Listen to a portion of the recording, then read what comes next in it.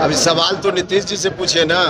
नीतीश जी इसके पहले जब आरजेडी से अलग हुए थे तो उन्होंने यही कहा था, उस समय जो चार्ज लगा था तेजस्वी के ऊपर भ्रष्टाचार का, तो नीतीश जी ने आप सब लोगों से कहा था और आपके माध्यम से देश और बिहार की जनता को कहा था कि तेजस्वी यादव के ऊपर जो चार्ज लगा है, तेजस्वी जी पब्लिक डोमेन में इसको एक्सप्लेन कर दें कि क्या मामला है, सफाई दे दें। तो उस वक्त जब सफाई नहीं दी तेजस्वी ने तो गठबंधन इन्होंने तोड़ लिया। आज तो बिल्कुल उसी तरह की सेम परिस्थिति है। अब इस परिस्थिति में नीतीश जी में थोड़ी भी नैतिकता है तो अब उनको बताना पड़ेगा कि क्या करेंगे। अब जवाब तो वही देंगे, लेकिन निश्चित रूप से बिहार के लोग, देश के लोग जवाब तो चाहते हैं। मिसाइल सिस्टम खत्म कर दिया है। हरिवंश जी और नीतीश जी की मुलाकात पर क्या कहना है?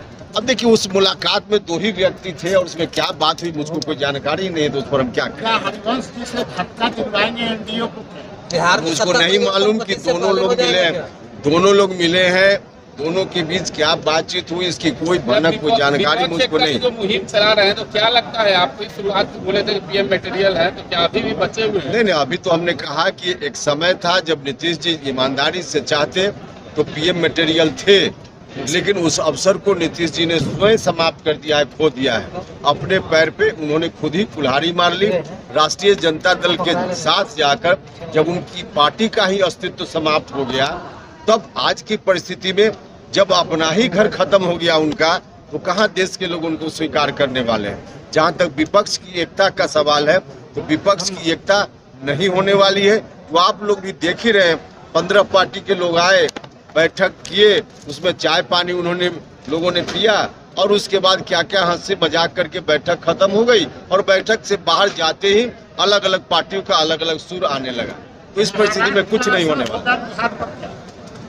यहाँ जो सत्ताधारी दल है, खासकर के जनता दल यूनाइटेड, धीरे धीरे समाप्त होते जाएगा, ढहते जाएगा। वहाँ से भी लोग अलग हो ही रहे, अलग होते चले जाएंगे। लैंड फॉर जॉब मामले को लेकर क्या कहेंगे उपेंद्र जी? लैंड फॉर जॉब मामले को लेकर क्या कहेंगे? अरे भैया, उसमें तो अब आरोप सीधा सीधा है। अब उस आरोप में तो सीधे तौर पे कहिए तो नीतीश जी में थोड़ी नैतिकता होती तो तेजस्वी यादव से आज इस्तीफा मांग लेना चाहिए था। उनको इस्तीफा मांग लेना चाहिए था, लेकिन अब क्या नीतीश जी करेंगे, जवाब तो उनको देना पड़ेगा। मिसाइल सिस्टम खत्म कर दिया गया, अयोग्य बिहार के अभ्यर्थी को अयोग्य बता नहीं, तो पूरे तौर पे स्टैंड गलत है राज्य की सरकार का। ऐसे विषयों पर शिक्षक के प्रतिनिधियों के साथ जो आंदोलित लोग हैं, नौजवान लोग, उनके साथ भी बात करनी चाहिए, बाकी और भी चर्चा करनी चाहिए और चर्चा करके कोई ना कोई इसका रास्ता निकालना चाहिए। सीधे तौर पे जो कह दिया कि देश भर के लोग आएंगे, इससे बिहार के बच्चों का अहित होना ही है।